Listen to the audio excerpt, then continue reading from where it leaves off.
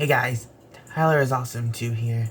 Today, we're doing a triple anniversary video for Ultra 7, The Legend of Spyro, The Eternal Night. Oh, that was a pause. And Kamen Rider Black. First, let's talk about Ultra 7. Ultra 7 is the second Ultraman series. Despite not having man in his name. The Ultra without a color timer, because he was a scout. And was seen human size half the time. As the father of Ultraman Zero, who Bandai will always make merch of no matter what. As famous for his, well, sunglasses transformation device. Kind of like what we got in Power Rangers Jungle Fury and Go Buster / Beast Morphers.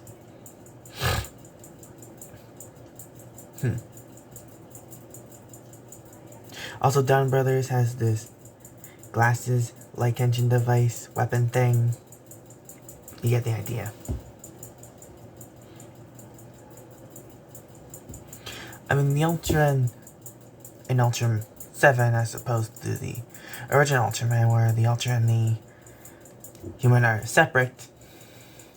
Here, Ultra 7 and Dan Marboshi, the Ultra host, are the same person. And, well,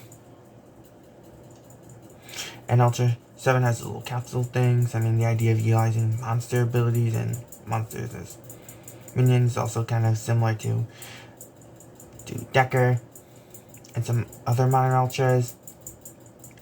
And you could compare this to Pokemon, obviously. Ultra 7 was before Pokemon, by the way. And you're gonna, and I know it's kind of similar to Dragon Ball with its capsule-like devices, because Capsule Corp, you know, get it. You haven't watched those, but know those things, then look them up. I don't have time to explain it. I mean, Ultra 7, a legendary series. Wow. Spanning, let me see, at least 55 years. Wow. That's a lot of years. Anyways, I mean, Ultra 7 have another good 55 years. And you'll be remembered for a long time.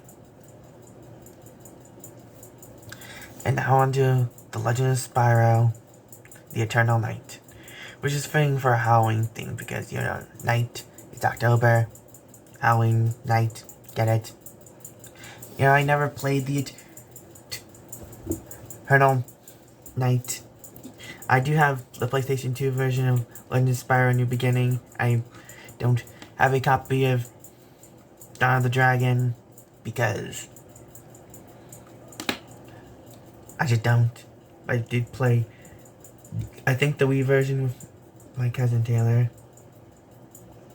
So, that's something.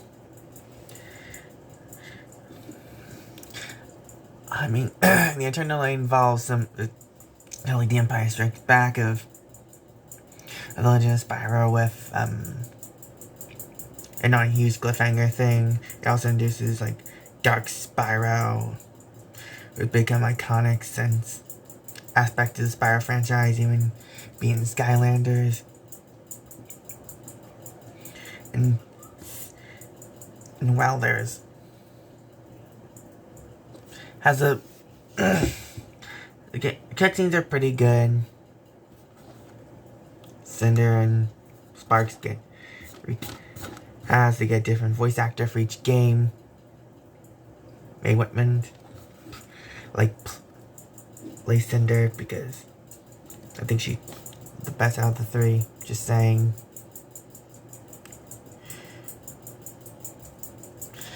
May Whitman is better for Cinder's evil adult form, and Cree Summers is better for the evil adult form of Cinder. May Whitman is for, well, best for Cinder, teen/preteen. I think I like the first actor a lot more. He just feels more natural and normal sounding. I mean, yeah, Billy Westcott sounds like Buggy, and the third guy just sounds like, well, Black. And then that joke, his voice keeps changing. That was kind of funny. Oh yeah, and the animation for the Furies looks good. So amazing. They look so great. I mean, the first game, they're good too, but I think they're better than Eternal Night. Just saying. Man. Mixed opinions, and with world-ending stakes, no less. Kind of like what I gotta do. I mean, not like I gotta save the world because of Agent Evo, and well, it's probably gonna involve some Eternal Night thing, kind of like Legend of Spyro Eternal Night, and probably something to do with Night, and yeah. So happy, 15th anniversary, The Legend of Spyro Eternal Night.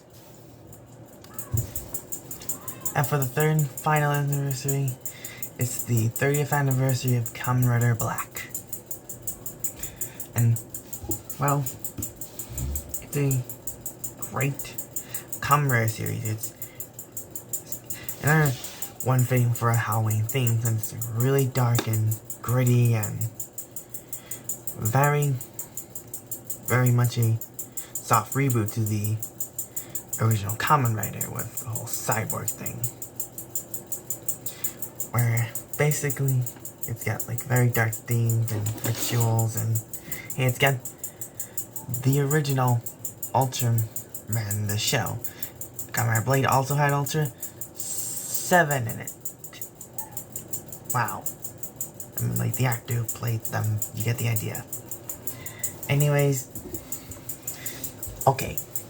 Basically, Yami Kotaro, who's kind of like the Tommy Oliver of Kamen Rider, I'll explain later,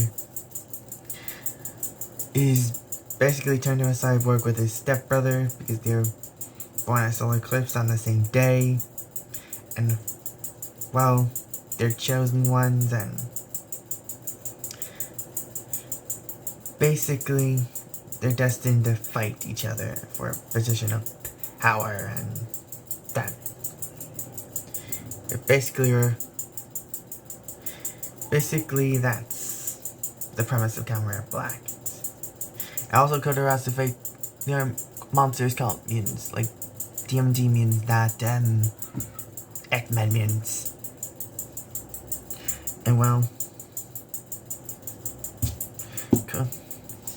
Kotaro, the original Black design is a great design. It's simplistic, it's amazing, and I like the added detail of the veins in certain areas. Also nice you line to keep it from being oversimplified. Yeah, the suit's based on Black Grasshopper, if you were wondering.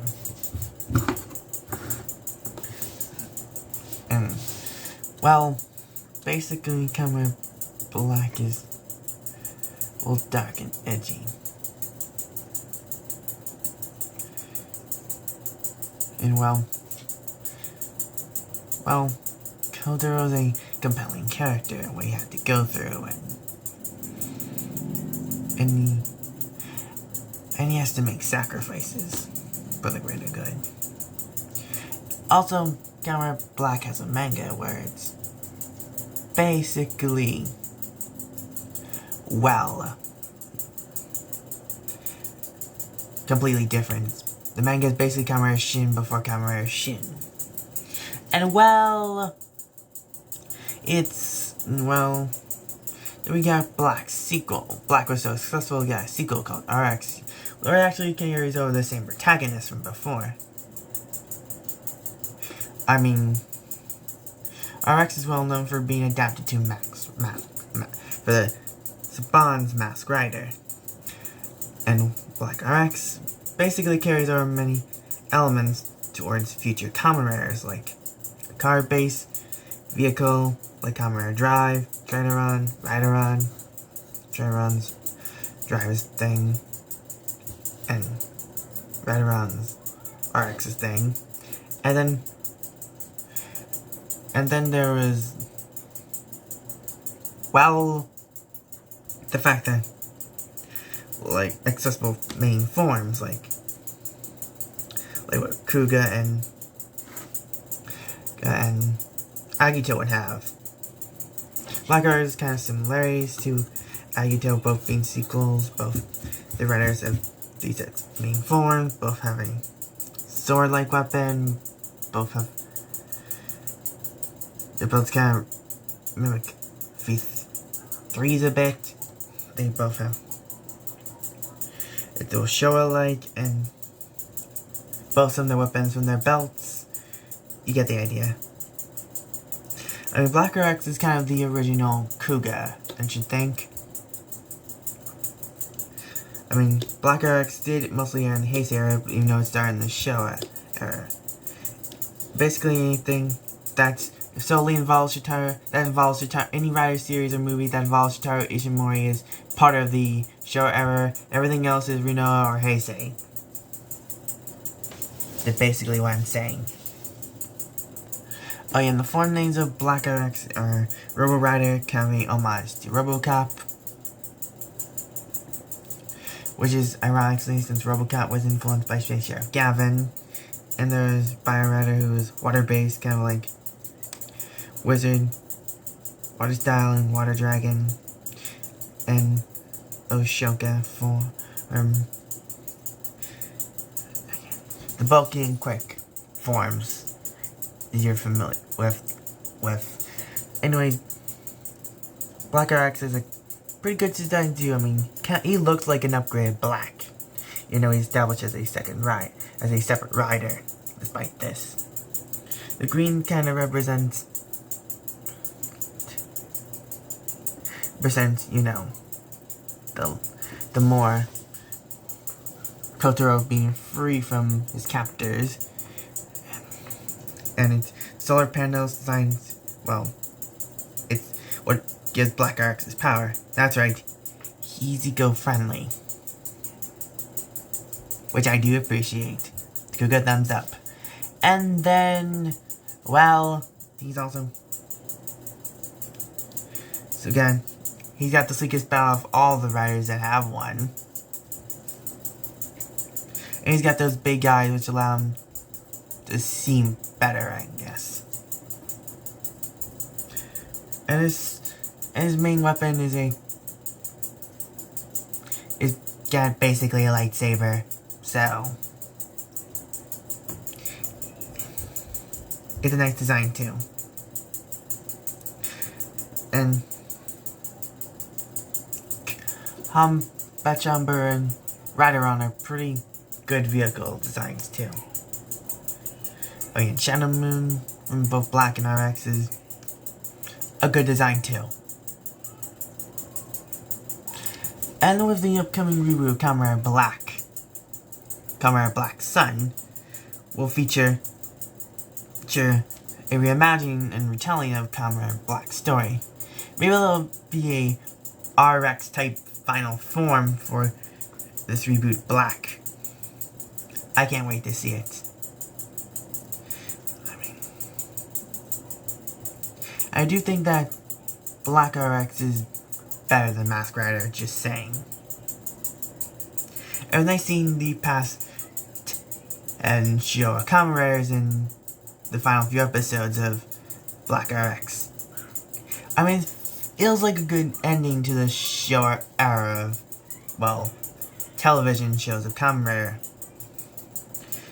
I mean, it felt fitting, is what I'm saying. Happy 35th anniversary, Kamen Rider Black. Now I just realized I've been talking about RX more than Black. That's crazy. Anyways, I am Tyler2. Be sure to hit that thumbs up button, subscribe, hit that notifications. Follow me on Facebook and Instagram. And all that stuff. I'm Tyler2. And peace. Hey Tyler, you will not believe what your next step in training is going to be. Okay, Trio. No, you're gonna say something that's gonna cause me to say, of course, so I am prepared. Anything to take down evil. I'm prepared for anything. We must prepare for everything in order to, well, beat the ultimate evil. And, well, including whatever he's gonna say. So just say it.